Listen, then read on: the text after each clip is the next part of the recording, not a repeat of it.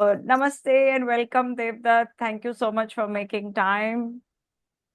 Thank you. Thank you for inviting me. No, it's an honor, and I've been wanting to do this conversation for a very long time. So, if it's okay with you, can we start with the question I ask all my guests?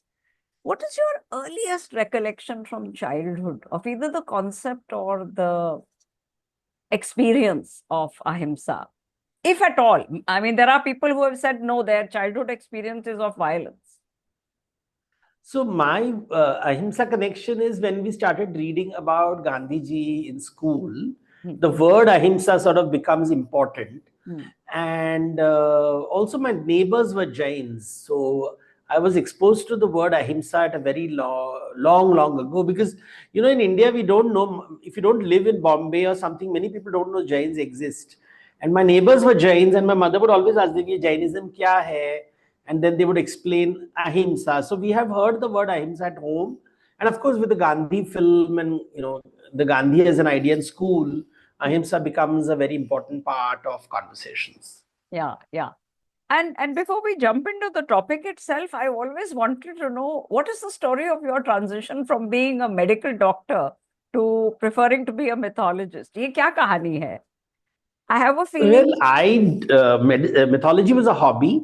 Mm, Medicine was what I studied. Then I, joined the pharma industry. mm, But then I used to write a lot in my free time about mythology, and I realized this is what people are looking for more and more. yeah, And the demand for mythology was very high because I used to not just tell the stories, which normally even today people do. I'm not interested in the story. I'm interested in the idea which th- is inside the story. that's And I right. realized these ideas are very different from what is conventional wisdom.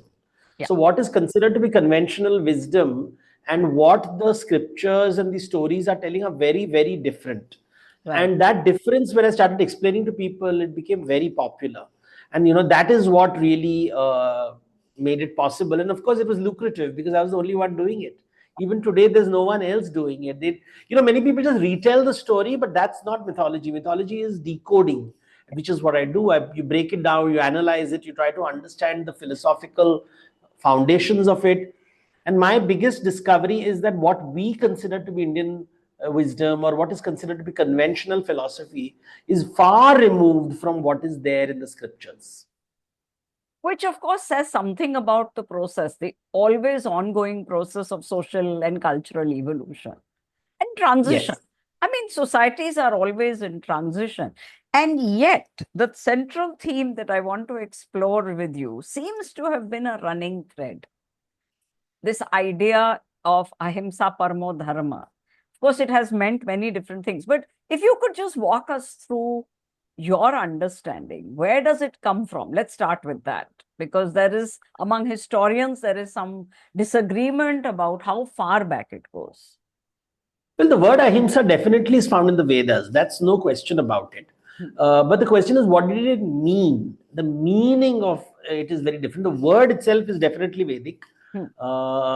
But the what does it mean is a complex issue because let me explain it in the form of a story because that sort of puts it in perspective. So, in the Brahmana literature, which is the ritual manuals for the Vedas, so the Vedas are a whole set of chants. The Rig Veda is a set of chants. They were put into melodies in the Sama Veda. In the Yajur Veda, they are attached to rituals. And the Yajur Veda is a set of prose, a whole set of manual details known as Brahmanas. And they have two parts. One is called Arthavada, which explains the meaning of the ritual. And in the Arthavada, there are a lot of stories told as to why this ritual is conducted in a particular way. There is Vidhivada, what to do, and Arthavada, why is it being done. And in that, you find these stories. And one of the stories is of a boy called Bhrigu, Mhm. who one day, I mean, it's a very complex story, but basically he dreams a world where humans are eaten by humans. And in one room, he sees humans being eaten by humans, and they're screaming like animals. And in other rooms, they're screaming, but no sound is coming out.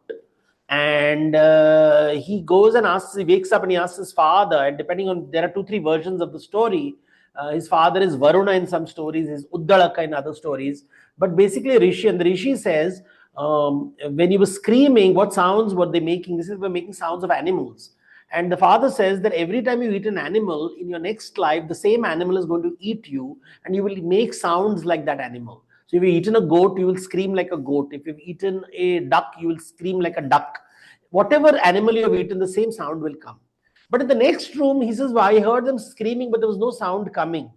And the father says, oh, that's because you were eating the plants. The plants are eating you.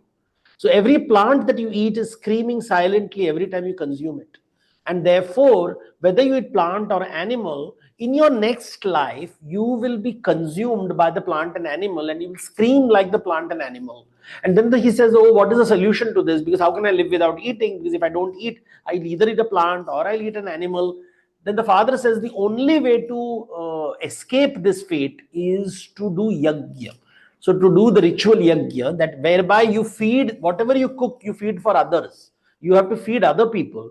And that's the solution to violence. So this is the first very clear story where violence is being discussed in the space of consumption. That every time you consume something, you will kill something. And the only way to escape this dharma sankat so is by feeding other people. And that is the purpose of the yajna. So this is a short story to explain yajna from the or ahimsa and ahimsa from the Vedic point of view. So when the Vedas say do dharma, they are saying feed other people, feed other people. That's the bottom line. And this is long before the Buddhism and Jainism emerged. Right. And when Buddhism and Jainism emerges, they are definitely challenging the ritual sacrifices that are happening in the Vedic scriptures, where animals are being slaughtered for various reasons, different kinds of animals, cattle, horses, goat, sheep, all kinds of animals are being slaughtered as far as the scriptures are concerned. Of course, nowadays people try to make them sound metaphorical, and they say that they were not real animals, but that's not true. In those days, we don't. I mean, it's fairly clear in the scriptures that animal sacrifice was taking place, and ahimsa emerges in the Buddhist and Jain text as a saying that please don't kill animals. So, so that is a different form of violence being discussed purely with animals in consideration. And then ahimsa reappears in the Ramayana and Mahabharata, especially the Mahabharata, in the context of war and whether war is good or bad. So you find different ways. The Vedic violence is based on consumption. The Buddhist and Jain violence is about specifically killing of wild animals, basically, but not plants. They're not talking about plants so much, but they're talking about don't kill living creatures. And the definition of living creatures is four-legged animals, two-legged animals, but not plants. And then when it comes to Mahabharata, war has now become about violence in the battlefield, which is, Mahabharata or the Buddhist Ashoka's edicts talked about the violence of kitchen and the violence of the battlefield. As being distinct. As being distinct, because the kitchen is being talked about, and then he says you should not kill animals, but I can't stop myself from eating peacocks. So he's very clear that he likes eating peacocks. But he's like, basically, let's avoid killing animals. That's one story. And the second is his discomfort with the Kalinga war. And he's like, basically, he's of course not really propagating Buddhism, but he's talking about civil society where people should respect elders, and we should, he's talking about respecting elders. He doesn't like rituals and all that. He likes a very pragmatic approach to civic sense. So that's an Ashokan Dhamma which is emerging. So, I mean, that's the fourth quality. If you were to say the Vedic Ahimsa, then there is the Buddhist and Jain Ahimsa, then there is the Mahabharata Ahimsa, there is the Ashokan Ahimsa. So these are the different kinds of Ahimsa that are emerging in our scriptures. And the Mahabharata you are dating, I mean, according to your research, where does the Mahabharata appear in this sequence? Before Buddha? Well, it's not, the Mahabharata is written in a Sanskrit, which is not Panini Sanskrit. So the manuscript would be around 2000 years old, but the story would be around 3000 years old. So much is much. The story, I mean, that's speculation. There's no way to know when the story took place. The story takes place in what is called Punjab, Haryana today. And the only proof that we have of the date is that the whole Mahabharata story refers to honey-based alcohol, not sugar-based alcohol. And that Panini refers to sugar-based alcohol. So the story is obviously before Panini, so before 500 BC. But that's speculation. There is no way to Correct. prove it or disprove it. The manuscript is 2000 years old, for sure. It was written during the Satavahan period, when the Right. Satavahans were ruling India, because it refers to Scythians, Parthians, not Hunas. It doesn't refer to Hunas. It refers to Scythians, Parthians, Kushan. So that itself makes it around 2000 years ago. That's a Yeah. rule of thumb to apply. Fair So it enough. was written down after Ashoka's period. But the story was started being told orally before Ashoka's time. That's it. But the And so, actual writing with a right. Brahminical subtext is Right. after Ashoka. So it is fair to then assume or take it as given that the Mahabharat story and the issues that it is raising are there in the time of Buddha. Yes, yes, yes, yes. Right. For sure. So then how do you look upon that term, which I believe emerges in the Mahabharata, Ahimsa Paramo Dharma? Though, as you say, Ahimsa, the concept has been around for a long time before that. And this term has been interpreted in multiple ways. So I would be very keen to hear. And again, because your primary concern, as you started by saying, is to apply these philosophies and these concepts to our moment, with the one in which we are living. So with that forefronted, how would you explain Ahimsa Paramo Dharma to us? See, Ahimsa Paramo Dharma is a very nice statement which we can put anywhere we want. But it does, at a practical level, one has to understand, are they talking about physical violence? Are they, the Hinsa, does it refer to physical violence? Does it refer to psychological violence? Psychological violence is something that nobody talks about, right? We all today talk about mental health, mental distress. But, in the Mahabharata, there is a story where there is a fight between Yudhishthira and Arjun. Arjun and Yudhishthira have a huge fight where Yudhishthira gets angry and insults the Gandiva bow. And Arjun says, I had taken a vow that anybody who insults my bow, I will kill them. And since you have insulted my bow, I'm going to kill you. And now I don't know what to do because you are my brother. So I don't know, I can't kill you, but I have taken this vow of killing anyone who insults the bow. And now I'm caught in this bind. And Krishna says, oh, it's very simple. You start abusing your brother. And he says, what does it mean? I have abused he said, yeah, abuse your brother because that is Hinsa. It is as good as killing him. So he abuses his brother. Then he says, oh, I've abused my brother. I've killed my brother. I want to now kill myself.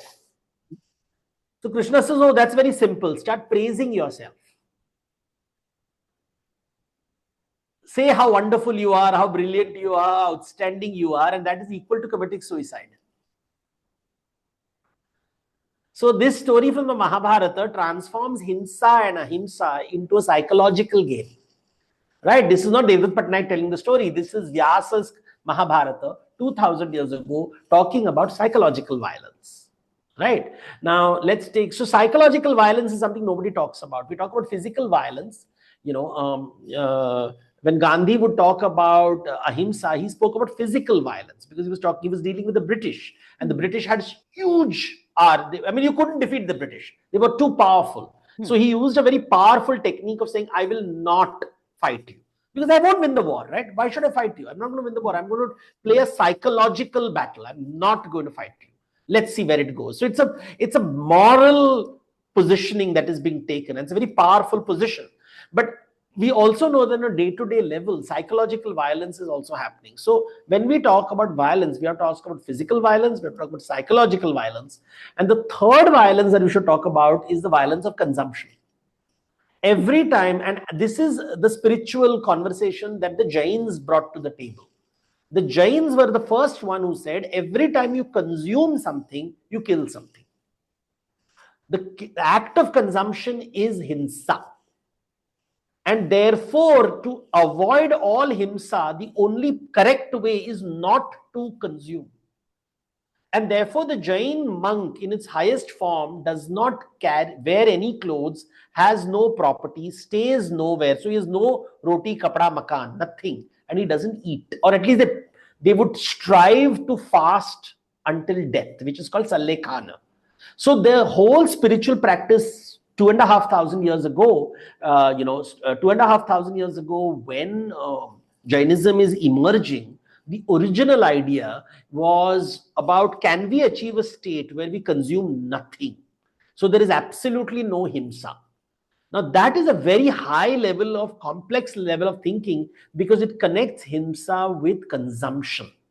And today we live in a consumption economy, which is, so in this ecosystem, the word pap, which we use the word pap and punya, pap is an act of consumption. Where you eat something, it is pap. And punya is where you feed someone else. That's right. So I eat and I feed. So if you eat more than you feed, you have more pap and less punya. And if you eat less and feed more, you have less pap and more punya. And this creates the karma, which is balance sheet. And this is the Jain invention. Honestly, this is a Jain idea. And then it sort of evolves with Buddhism, Brahmanism, everything. But the Jains articulated it in a very financial terminology. They said, okay, if I do positive things, there is the number line. So papa is negative and punya is positive. If I eat, if I consume, I go negative. If I feed others, provide for others, it is positive. The positive creates swarga, the negative creates naraka. So this is how, and therefore if you see the Jain symbol, it's very clear. There's swarga, there is naraka, there is middle, and then there is siddhaloka, where there is no consumption whatsoever. No So this need. idea of consumption is a spiritual way of looking at ahimsa. So physical, psychological, and spiritual.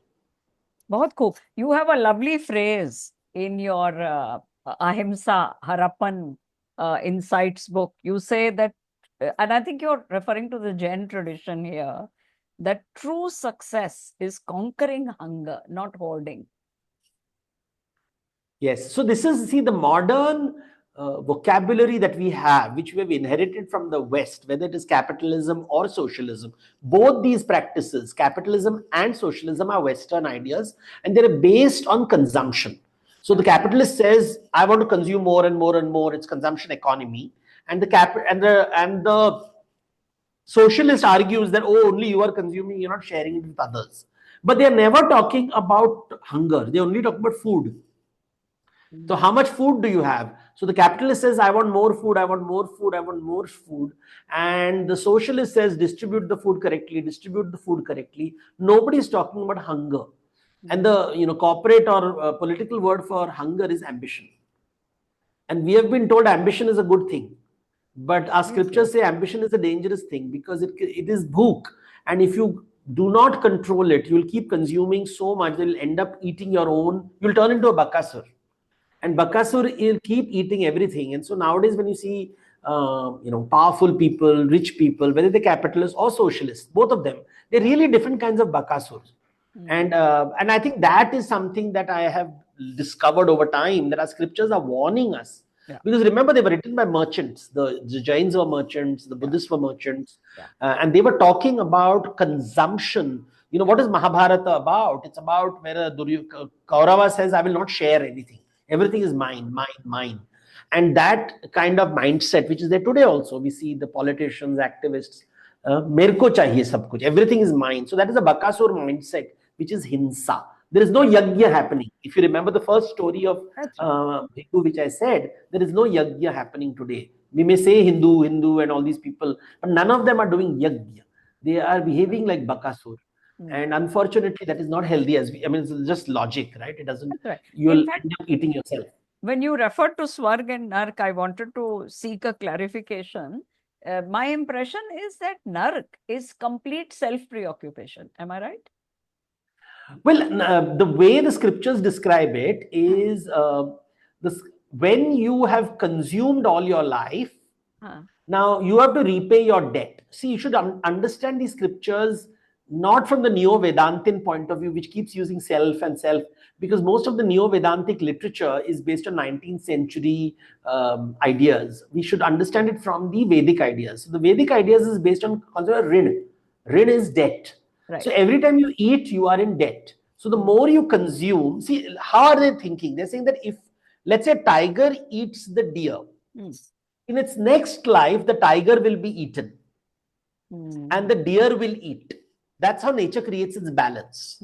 So in this, जो इस जिंदगी में खाना खाएगा, वो दूसरी जिंदगी में वो खाना या तो, if you want to escape, you have to खिलाना, you have to feed someone else, or you will be eaten by someone. So this is how balance happens. So naraka happens when you keep eating, तुम्हारा weight बढ़ता है. So the karmic debt increases and you keep sinking towards naraka. When you keep feeding, you go up towards Swarga. And you keep rising to Swarga by feeding others. But above this is a world where you neither give nor receive. That is the world of the Jinna, the Tirthankara. So I'll give you an example of Ahimsa. So Ahimsa is a complex idea in the Jaina idea. It is even the act of kindness can be Himsa. How? So there is a story of the Tirthankara sitting one day doing meditation, and he's completely oblivious of what is happening around him. He's in the state of meditation when a cowherd comes and says, I've lost my cows. Have you seen them? And because he's meditating, he doesn't respond. Then after some time, the cowherd comes back and says, did you see it? And again, he doesn't respond. Third time he comes, he finds the cows around him and he says, oh, the cows are here. He must have stolen the cows. He has not told me anything. He gets very angry. He takes a dead snake and he puts it around the Tirthankar's neck. In some stories, instead of dead snake, he takes a thorn from a tree and punctures the eardrum of the Tirthankara. Tirthankara doesn't respond. After some time, people come and see this horrible thing. There's a dead snake with ants eating his body because the ants come towards the dead snake and the blood coming out of his ears. And then they call the doctor, they remove the thorn, they heal him, they remove all the snake from his body, they put some balm on him. And the person is still meditating. And then he gets up and then he notices the people and he walks away. He doesn't say thank you. He doesn't say anything. He just walks away, making only one statement. He says, cruelty is spontaneous. You don't have to do anything to make people cruel. And kindness is also spontaneous. You don't have to do anything to be kind. People are motivated. Without any motivation, you can be cruel. Without any motivation, you can be kind. This is what happens in samsara. And these two people were balancing each other out. The cruelty and the kindness. He didn't have to do anything. And that is how they discuss the concept of the 0 point, which is neither positive nor negative. So positive takes you to Swarga, negative takes you. So the ones who helped him will go to Swarga. The one who hurt him go to Naraka. But Tirthankara is in the 0 zone, which is it's a very refined way of thinking.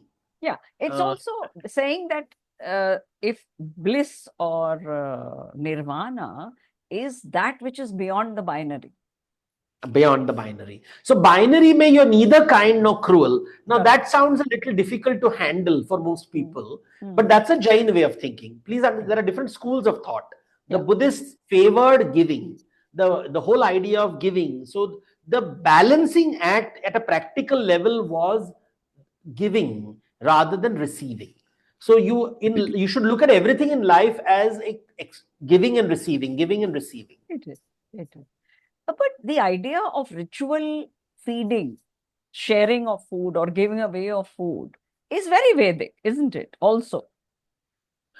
So the thing is, this is very, there is ritual, the word you use is ritual feeding. Now, ritual feeding is like training. I was referring really, I'm just assuming, let me clarify what was on my mind, is that our death rituals, I think in every community, regardless of caste, is feeding. Involved, is that first of all, the family gathers to reaffirm on whatever it is for you, 11th day, 13th day, whichever day it is stipulated. You eat together as to reaffirm your bond, but you also give away food. So explain this.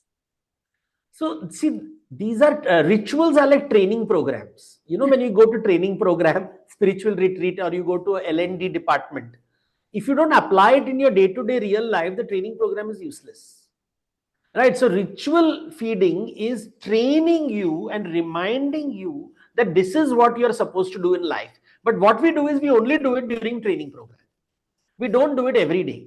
So I will only feed during Shraddha. I'll only feed during Puja. I'll only do it during Yajna. I'll fast only during Vrata. So it becomes the training program is the only reason you do it. But so let me give you an example of ritual feeding again from the Mahabharata.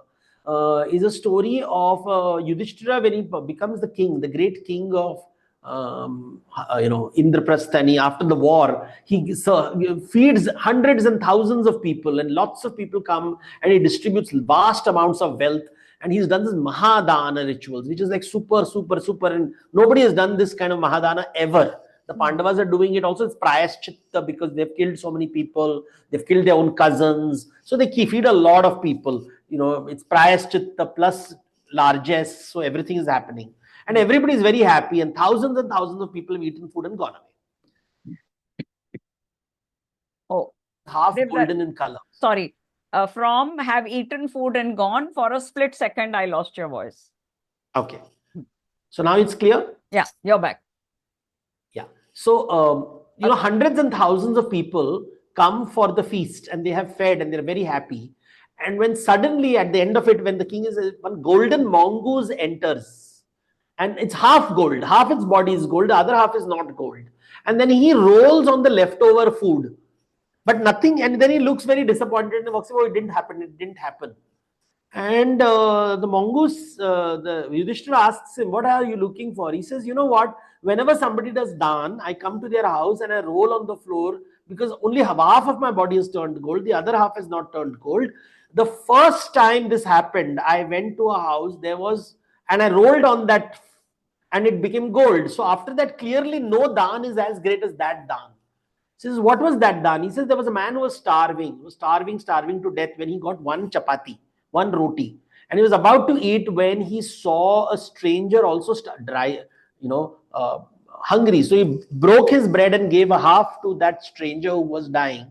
And he was about to eat, then he saw his rival beggar who was also dying, whom he hated. But he realized he can't do so. He broke that and gave it to the rival. And whatever was left, he ate. So 3 people survived. The stranger, his enemy, and himself. 3 of them could eat that food.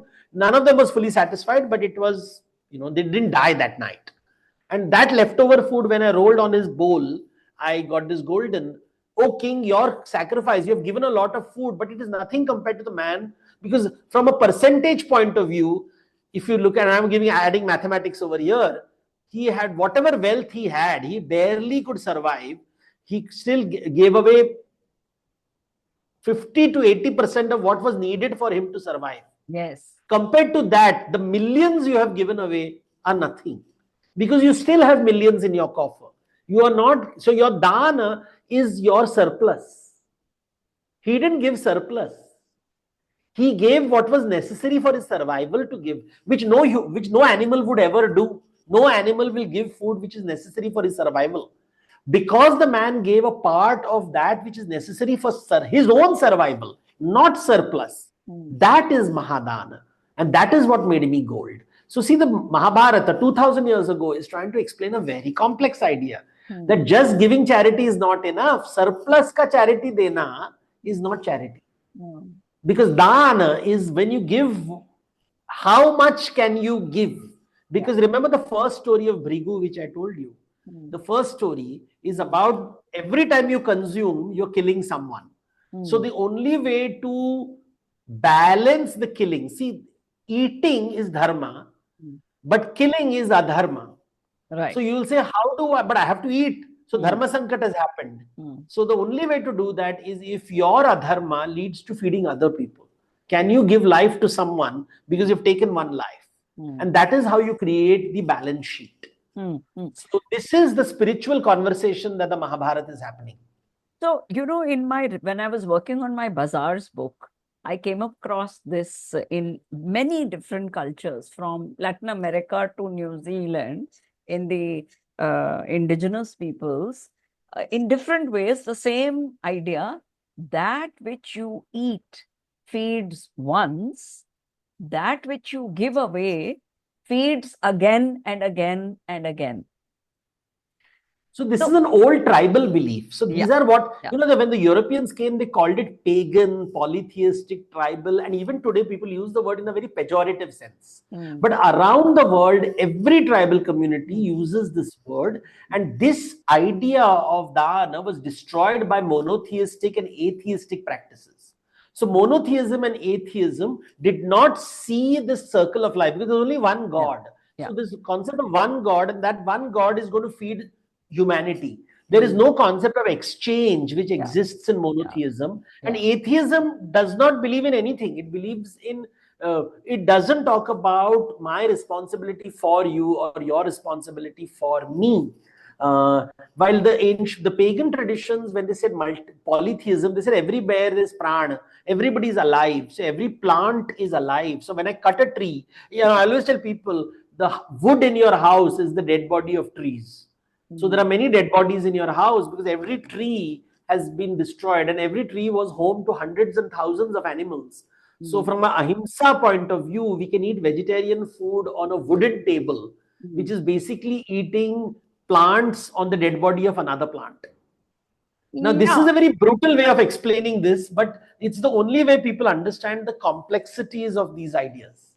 Well, I'm not so sure, Devdutt, whether people understand or it shuts them down. Because I have encountered, since I'm dialoguing with so many people on this issue, I have encountered the problem where people are saying, oh, then ahimsa is impossible. I'm just going to, because you have defined it so complicatedly, or you've defined it in such a uh, high, lofty way that it has become unattainable for me, ordinary mere mortal that I am. So, how do we overcome that problem? Because I don't See, think. human beings are lazy and they're always looking for shortcut. It is like me saying I want to go to a gym and develop a gym body, but I won't go to the gym. Hmm, It won't work. No, I can get the best personal trainer in the world. I can buy the best gym in the world. I can be $1 million. I can pay to the best thing. I can take Ozempic, and nowadays all these chemicals are coming. But the fact is that won't make you healthy. hmm, Healthy means you have to work hard, you have to eat proper food, you have to do exercise, you have to do breathing, you have to go for your walks, and for mental health you have to be a nice person. So it's not just physical health. It's not easy, right? Life is not easy, and people are basically lazy, and that is something that we must accept, and they're looking for spirituality which is easy. Therefore gurus are successful because like gurus do not put like any red, burden. Huh? like red Sorry. pill, blue pill. Yeah, so these Sorry, gurus are sorry. giving these easy ways. You just come to me, you donate $1,000 to my ashram, and you have done ahimsa. So it is this lazy things, and it happened in Buddhism, it happens in Jainism, it happened in Hinduism, Yeah. it happened in the church, it happens in Islam, it happens everywhere. That Hmm, before dying, I will give all my property to the church or to the Waqf board or to some mandir, and I will just give it away and then say, "Abhi main swarg chala jaunga." Such an easy way, right? You just sign a check and swarg is your. And I construct all these stories, and therefore people today nowadays don't want to read they want to read stories that make them look like victims. So if I tell you a story where you are the victim, then everybody loves it. मैं कितना बिचारा हूँ. But the moment I talk about hinsa, then I make you the Bakasur. And everybody wants to be Bhima, no? And nobody wants to be Bakasur. And yeah. even children want Chota Bheem. And look at the story of Chota Bheem, which is taught to children today. Very violent, super violent. Even Krishna is violent. All the gods are violent because we want to see ourselves as victims. So I have no. I always tell people that, see, I'm telling you what the scriptures are telling you. You don't have to listen to it.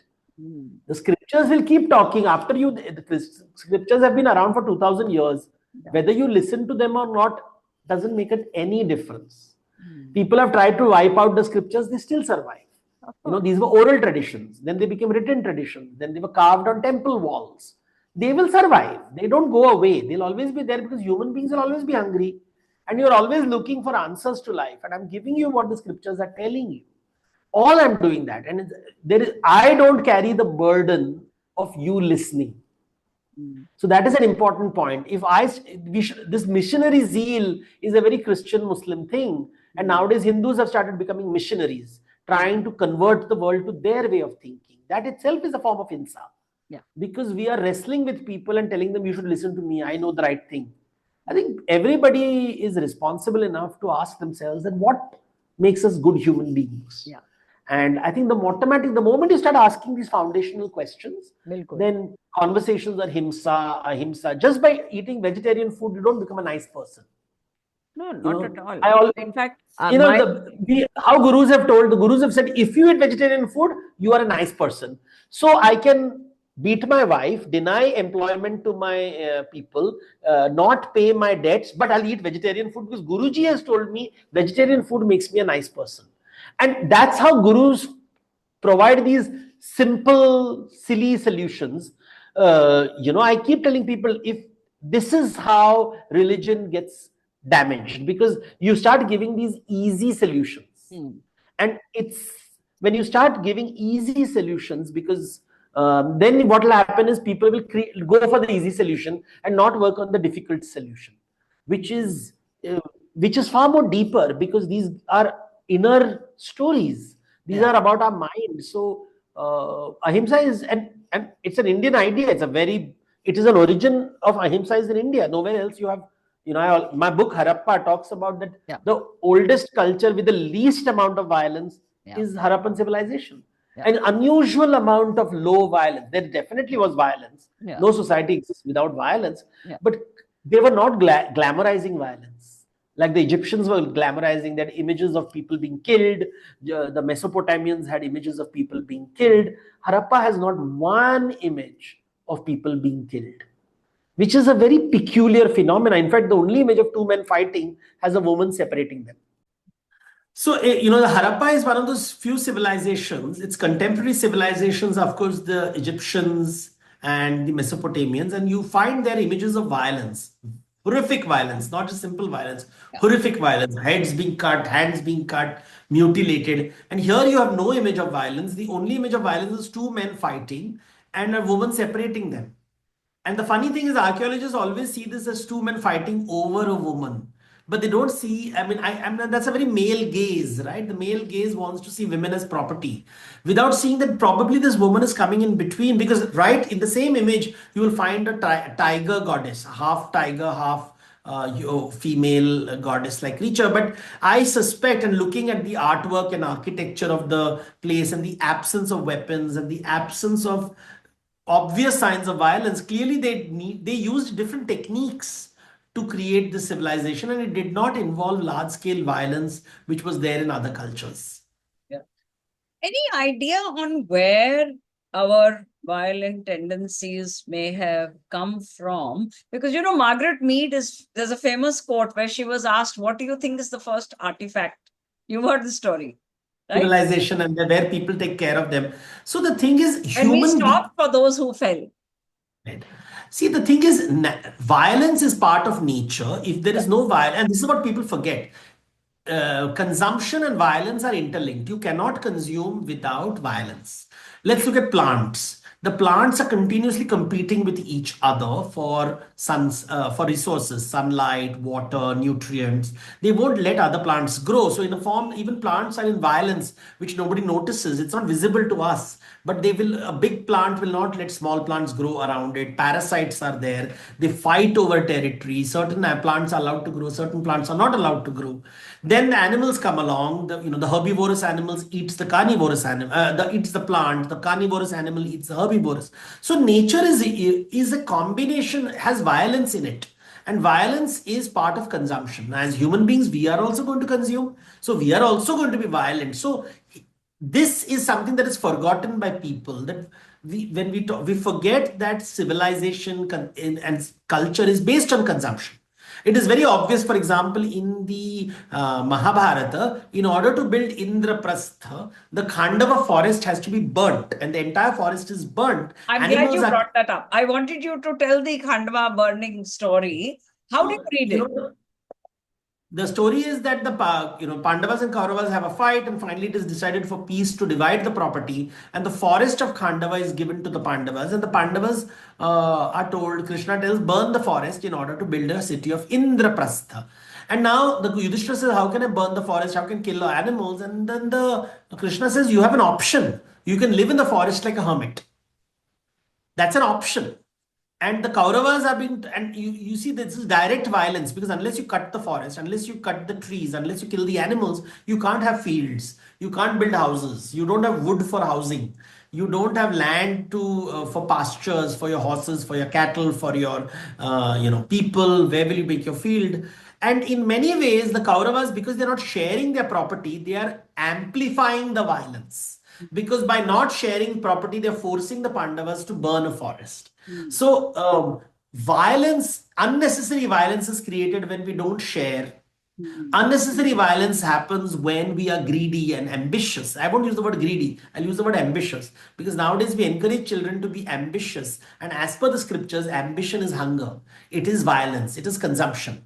So it is not healthy when people say, oh, I am ambitious, and we think it's a good quality. But as per the scriptures are concerned, it is consumption, and consumption is violent. And people say, Devdutt, how can I live without it? I'm like, then you can't ask for a happy world, right? Because if you are like a violent being consuming, then that you're going to create fear all around you. Everyone around you becomes a prey to be consumed, an opportunity to be exploited. And that is what creates social inequality. So our ancient scriptures had understood this long, long ago, that when human beings indulge their ambition, and the question is, how much ambition is enough ambition? How much? How many And forests should be burnt? the other is that is all ambition self-centered? You see, Because that's a very clever, because what I'll give you an example. Right now, Trump will say that I am a very selfless man. I have been elected by the people of America to take care of Americans. Why should I feed the rest of the world? So, in a way, he'll say, I'm not self centered. I am thinking about my people. The human beings invented the concept of personal pronoun. ये मेरा है, ये मैं अपने बच्चों के लिए काम कर रहा हूं. To feed my children, I'm killing you. So Bakasur is like, I am not a bad person. I'm just hungry. What do I do if God made me hungry, so I'm going to eat you. And my children have to be fed, so I'm going to eat you. So from the now, if you ask the deer will go to God and say, deliver me from this evil called the tiger. The tiger is this evil who kills me and is going to make me an orphan and is going to make my children an orphan. But the tiger will go to same God and says, give me my daily bread. Because भैया मेरे को खाना का है, so I have to eat the deer. Now, who should God support? The tiger or the deer? And what makes us morally better? When I feed you or when I protect you from evil? So capitalists are like tigers who are saying, give me more food, more food, more food. And socialists are like the deer who are saying, deliver me from evil. Do not let the tiger eat me. And this is dharma sankat. What is, how much is acceptable, how much is unacceptable, how much, see, it's like when children are being raised, in the Western world they'll say don't hit children at all. But for hundreds and thousands of years, parents have been gently using soft loving violence with children to nudge them towards discipline. It doesn't mean they're but in the West, all violence is evil. They don't differentiate between sexual abuse and just a gentle tap, which is like a pretend violence in order to get children to the performance of violence, लीला. उनको लीला में और sexual violence abuse में कुछ फर्क नहीं दिखाई देता. And this is the uni dimensional gauge of the west. They don't understand that even violence can be a playful violence.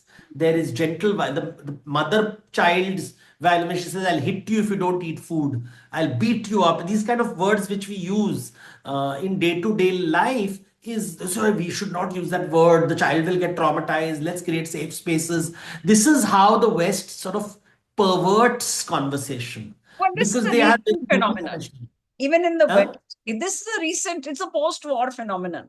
It's Even a in the West. postmodern. You're right. It's a postmodern.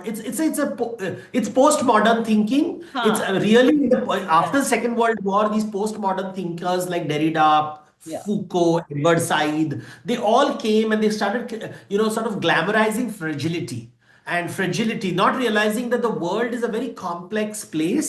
There's a tiger and the deer. Now, who decides who is the tiger and who is the deer? Too much. If the tiger eats too much, it will kill all the prey and it will starve to death. And if the Which in fact does happen in nature. Yeah. And if deer eats There too are much, cycles of that kind. so there's a famous, so nature needs the predator and the prey. Yeah, Nature needs, the question is how do you balance it? yeah, Human beings, in nature, nature does the balancing act. yeah, In yeah, human beings, yeah. nobody will do the balancing act. We have to be responsible. But Which, we don't want to be responsible. That point, nature balances itself. yeah. Culture doesn't know how to balance. So we start creating concepts like God, we create like heaven, hell, we create concepts like the state, the nation, the constitution. We want someone to be mummy papa for us, who will tell us what is good and what is bad. all fairness, I think most of us have only that much mental, intellectual, emotional resources also. Let's be, self-compassionate. Ke, I'm now what, mid 60s, and I'm seeing कि भाई इतना ही resource होता है इंसान के पास. वो नारद की वो कहानी है ना, about once Narad was jealous. This is very funny. I'm telling you the story. You know it, of course. And Vishnu says, you take this Thought around, dekchi yes. of oil. So you know the story. And the point there is कि अरे वो इतने काम करता है दुनिया में वो हाउस होल्डर, फिर भी वो मुझे दिन में 2-3 बार याद कर लेता है जब वो So let me Vishnu. give you an example of human imagination. We talk about Sikh langars, right? Everybody celebrates the fact that everybody is invited to eat food and the Sikh langar is happening, and everybody celebrates it because it's an act of compassion and kindness. Yeah. Now, 2 days ago, there was a pride march which was being planned in Amritsar by young gay boys and girls, saying that we want to do a pride march. And all they were doing is, for the 9 years they've been doing this, is 2019. And now some Sikh organizations have called up saying that this is against our culture and you shall not have a pride march in Amritsar. Now, so that has been blocked. So, in our society, we are saying that no, we have outsourced cruelty to culture. Culture has told me not to support you. Rather than saying, I don't want to support you, I don't want to take responsibility, so I'll blame culture, I'll blame God, I'll blame religion, I'll blame everything because I don't want to be kind. Because kindness is such a big burden. See, when we start saying that I need someone else to teach me how to be kind, I need a guru to tell me how to be kind, the guru makes me kind, it is such a laziness of the human mind.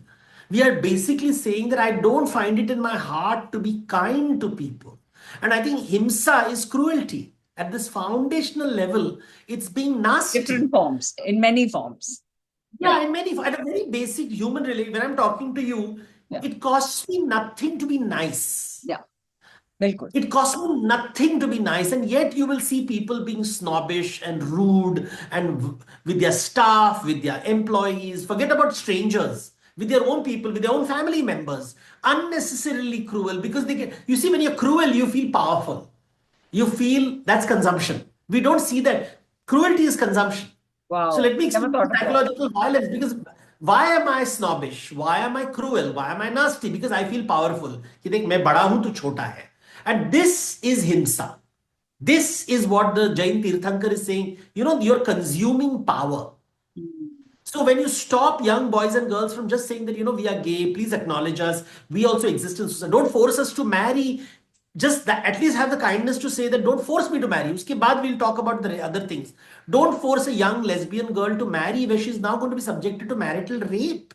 Like your own daughter, would you do that to your own daughter? Because when she says that, Dad, I'm lesbian, I don't like men. Will you force your daughter or you will tell your son, oh, please marry a lesbian because we have to change her and basically encourage your son to indulge in marital rape to save your culture? So these kind of cruelties in the name of culture, in the name of religion, in Islam they use God as an example. In India they'll use culture as an example. We outsource kindness and cruelty to these state or constitution. My Guruji has told me, my God has told me, my religion has told me. What about you? You are Brahma. Aham Brahmasmi. I have to decide whether I'm kind or cruel. And I think cruelty, I see this in Gurujis when they're giving talks and they are, the groups, they will put these videos and you will see Guruji demolishes opponent in the lecture hall, smashes them, and destroys their argument. And I'm like, oh my God, see the pleasure the Guruji is getting and his chelas are getting in arguing with someone who's asking maybe questions which are combative. That Wisdom that is how. that reminds me, you have on page 66 of the Harappa book, you refer to dharma as the ecosystem of collaboration. Yes. And that you counterpose that, the opposite of that is combat and conflict. So, Yes. this, of course, whether it doesn't matter how old or new the idea is. But would it be fair to say that dharma has been consistently understood in this way? Yeah, yeah. See, the scriptures are very clear on it. I can go chapter by chapter in Ramayana, Mahabharata and show it to you very. The problem is when people try to interpret it, our ego comes in the way and we want to see things in our way. I'll give you an example. For example, in the Ramayana, there are many descriptions of how Ram hunts animals and they're eating meat because they're in the jungle, right? It sounds natural, nobody thinks about it. But when you start translating it, because you are a vegetarian, you say, "Oh, my Ram, because I worship Ram, Ram has to be a vegetarian." So suddenly, all the Sanskrit words are turned into the Hindi. I'll show you books which will actually say that Ram killed, shot a deer will become he plucked a pumpkin from the ground, or he uprooted a radish from the ground. So they have retranslated it. So this is what happens even in the understanding of dharma. Our ego tells us to translate it in a way that makes us lazy.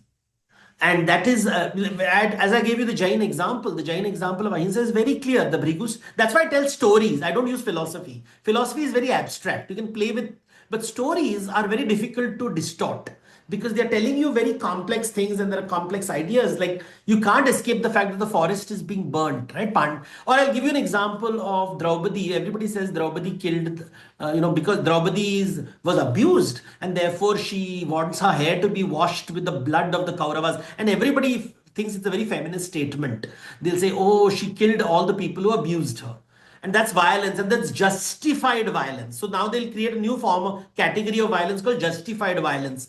What they don't say is the Mahabharata is very, very clear that at the end of the Mahabharata war, while the Kauravas are killed and she washes her hair with the blood and ties it, she also loses her 5 children and her 5 children's head. So violence begets violence, is what Vyasa is saying. Yes, you got your justice, but you also lost your children. You paid the price for your thirst for violence. Your thirst for violence. I mean, in this case, literally bloodthirst. Bloodthirst, right? But you are saying, but I'm justified, right? That I was abused in public. I was humiliated in public. It was a terrible thing that happened to me. I cannot forgive. There is no justification of forgiveness. How dare you ask me to forgiveness doesn't need justification, is what the scriptures are saying. You don't need a justification to be for it's Swayambhu. It's not Hetu. It doesn't have a cause. You can decide to be kind. Just know, okay, fine. Okay, I have the capability of absorbing your violence. Yeah. And that is very difficult because what we do is that's what is happening today. We are talking about social justice. Oh, there was injustice in the past, and I'm going to do justice in the present. That allows me to be violent. So we seek permission to be violent. When the scriptures are saying there is no permission, violence means there is going to be a cycle. There is going to be, and the karma will start. You cannot say good violence, bad violence, right violence, wrong violence. Violence is violence. Nature doesn't know the difference between good violence and bad violence. Nature says violence is violence. And I think when you talk about what has happened in our society is we are celebrating competition, combat, debating societies, arguments. Even our education system talks about, look at the language we use: argue, let's debate, let's argue, let's push back. The language of Vivada is very, very violent because it only allows for one idea to exist. At the end of the day, only one will win. Like Conan the Barbarian, you'll back. So basically, debating societies are no different from boxing rings. And however intellectual you are, at the end of the day, you are arguing to win. You're not arguing to find a good solution. You are arguing to win. And that's what is happening in the parliaments. That is what is happening around the world. Indian model says, nobody's right or wrong. You have to figure out a way to collaborate. You have to feed each other. Yeah. Because in the end, we are all going to die. I mean, that's written. Whether you are Ahimsa, Himsa, The deer or certainty tiger, both have to die. is the only And certainty. therefore, Yeah, I'm and so therefore, glad. Yeah, sorry, go ahead. and therefore the point is collaboration, which is yajna. Hmm. Feed people and let them feed you. Because if you only feed, now you are putting them in debt. Yeah, See, you are also creating debt, right? When I feed you, I put you in debt. So you have to repay the debt and you feed me. And that's collaboration. bilkul. Right. So this idea of collaboration is foundational in Indian thought. Wonderful. And so I'm glad you brought up Vivad and debate because that was actually the key issue that I wanted to raise. And maybe we can kind of wind up with this. Your Harappa book, the Ahimsa and Harappa book, is dedicated to those who prefer Samvad and Manthan over Vivad Yes. and submission. So Yes. a little guidance on this. And particularly bear in mind, I usually end these conversations by asking the guest, okay, what would you say to young people today? Because a lot of young people are seeking. They are seeking not just inner peace themselves, but they really, want to see that peace and well-being, this dharma in this sense, ecosystem of collaboration come about. So, how do we navigate this samvad and manthan instead of vivad and submission? Thoda samjhaiye. So the thing is, in a conversation, ask yourself, do you want to be right or do you want to have a good conversation? Many people want to be right. And that is how relationships break up. Relationship, whether you're boyfriend, girlfriend, husband, wife, parent, child, because everybody wants to be right. And when you want to be right, the other has to be wrong. That's the only way you can be right. And when other is, nobody wants to be wrong, and therefore they feel hurt, humiliated. And this is the great violence that we inflict in the world. This desire to be right. And for the worst thing Amar Chitra Katha has done is translate the word dharma as righteousness. This is the worst translation on earth. It is a British translation, not an Indian translation. And Indians have just accepted it. Righteousness is to be right. And that means you're saying others are wrong. And when you say others are wrong, I don't want to be wrong. If you tell me, no, I'm right, then you're saying I'm wrong. And that when in school and colleges, when I would see debate, I would always wonder, I don't listen to people who are debating, right? I'm combative. मैंने तलवार लेके खड़े हुए हैं वहां पे. And I'm winning. And you see this in families, you see in friends, you see it in WhatsApp groups. Everybody's fighting because they want to be right. And they think they're doing dharmic work. This is the worst translation of dharma, to be right. And that is why dharma is not about being right. It is about nourishing people. Are you nourishing or are you being right? So I would rather translate dharma as nourishment. And the word nourishment is much better than righteousness. So a young person has to ask, how do I nourish people? Samavad is when combat is replaced by curiosity. I want to know, why do you disagree with me? I'm interesting. You're an intelligent person. Why do you disagree with me? What is the difference in our thoughts of you? And now I understand some new way of thinking. Oh, they are thinking like that. Therefore, they don't agree with me. Now, I don't have to agree with them at all, but I'm just understanding a different point of view. That's what is manthan. Manthan is you have to move in both directions. A churning rope moves in both directions. I give an why churning is important. Please think, nowadays nobody does but churning. But nowadays left and right are busy slapping each other because that's what is happening. But in churning, the left and right have to work together. They work together to make butter. With one hand you will eat, the other hand you will wash your bum. Both are important. Which activity is more important?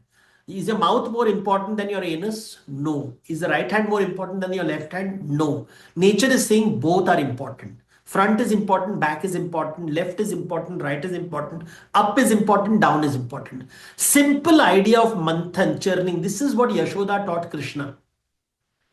This is how Yashoda taught Krishna. She said, if you don't churn, butter won't come, my son. So butter has to be removed from life. And we have to tell young people to churn. Don't be right. You will never have a good relationship. Never, never. A mother who is always right, a father who is always right, a brother who is always right, a sister who is always right, a boyfriend who is. You don't want these people in your life. They're horrible people. You don't want, because they'll always tell you you are wrong. And you will never have a happy life. You need people who understand and talk to you and say, I made a mistake. Oh, it's okay. Let's figure it out. Let's have a conversation. You want people who are curious about you. And if you see that I'm curious about him, but he's not curious about me, this is not a healthy relationship. This is not going anywhere, because the person always wants to be right. He's mistranslating dharma as right. And I think that is how relationships collapse. And in a world today, I'm seeing everywhere relationships collapsing is because we want to be righteous. This is not healthy. This is not the dharma that are neither the Vedas, nor the Buddhism, nor Jainism. The reason I wrote this, because I would see this word saying Buddham Sharanam Gacchami. Now, the oldest Buddhist scriptures don't have this word. They Really? don't have this. See, what we know of Buddhism is 700 years after the Buddha. Yeah. What Buddha said, we have no No, but record of what he. Dhammam Sharanam Gacchami hai. See, Sharanam word. The problem is not with the word Dhammam or Buddham it's a word Sharanam. Sharan Lena. Acha. Because when you submit, when do you submit? When you're weak. What does a strong do? See, it's a combative language. It's a language of submission. The submission is a language of combat. It is created by these people who love debate. मैं आपकी शरण में आ गया. Or the word shastrartha means decoding the meaning of the shastra. But now people are calling it debate. Debate is not शास्त्रार्थ. शास्त्रार्थ is शास्त्र का मंथन करके उसका अर्थ निकालना. Removing the butter of meaning from the ocean of the scriptures. Yeah. So Cool. this is for me, I realized that the English language was mistranslating our words, and that translation is now read by even Hindi scholars, and Hindi people are also using English translations which began in the 19th century. Sahi galat. And I'm like, Ramayana Mahabharata, there's no sahi galat. Nobody says sahi galat. They're only talking karma. Ravan is not wrong. He's saying, Bhaiya, you are taking something which doesn't belong to you. You're consuming another man's wife. That has consequences. Yeah. Yeah. You are a king of a country. आपने रामायण का क्योंकि जिक्र किया तो मुझे वो याद आया कि when विभीषण comes in तुलसी रामायण, विभीषण जब आता है पहली बार राम के पास, तो एक सेंस में the word that will be used is वो शरण लेता है. But what does he actually say? अब मैं कुशल मिटे भय भारे, देखी राम पद कमल तुम्हारे. तो एक्चुअली ये जो तुम कह रहे हो वही हो रहा है. It is a nourishment moment. He feels nourished because his own brother is not. His brother is not listening to reason. The brother is saying, "You are a good brother only if you agree with me." Yeah. I don't like disagreement. I don't like anybody who disagrees with me, and therefore he's kicking. Literally, he kicks him out of the house because you don't agree with me. So Kumbhakarna says my brother is wrong, but I'm going to agree with him because that's the only thing he can handle. He can't handle disagreement. He only likes loyalty. So this idea of loyalty, these are the questions. Because see, in India they will say, क्या लंका जो क्या विभीषण जो घर का Bedi Lanka ढाए. So they call him, they don't like Vibhishan, saying that he breaks the house. It is almost as if saying that if you have to agree even with horrible people. And the point is not about agreement or disagreement, right or wrong. The point is it's not nourishing. The king of Lanka is not taking care of Lanka. His job is to take care of Lanka. That's the only primary objective. When people tell me the story of Ramayana, I said, please understand, Ravan is the king of Lanka. His primary duty is to take care of Lanka. What is he doing with another man's wife? Yeah. Why is he the king of Lanka? Your job as a king is to take care of your people. Yeah. Why are your people fighting in a war that has nothing to do with them? Absolutely. Why is their house getting burned? Avoidable. It is your fight. No, तुम जाके लड़ाई करो. तुम देश. Why are you getting the Lanka people involved? Nobody asks these questions. I say, see, This is what happens in Manthan. In Manthan, you'll ask these questions. You're too busy saying Ravan is right, Ram is right, Ravan is history है कि mythology है. ये सब बेकार के questions पूछ के तुमको कुछ आंसर नहीं मिल रहा है. तुम मंथन नहीं कर रहे हो. You want राम के शरण. राम के शरण से क्या फायदा? राम का मंथन करो. Understand what it means. शरण से कुछ नहीं मिलता है. Lazy people do शरण because they're not thinking. You're not thinking, you're just submitting. You're just saying, I'll obey. Obedience is not, is when you're very tired, you obey. Like, for example, I don't know how to work on the computer. I don't want ज्ञान. I want someone to tell me, ये button press करो, ये button press करो. मैं शरण में जाता हूँ IT engineer का. Because it's easy. But at the end of the day, the IT engineer can't come every day. We have to learn and teach new, we have to learn a little bit, not too much. Experts Right. are there. Yeah. But I think we need to understand Himsa and Ahimsa at a very deeper level. And our scriptures tell us, explain this very beautifully. Thank you so much. You have been wonderful. I'm just trying to change the view. Thank you so much. God bless you and hope to meet jaldi kabhi. Huh?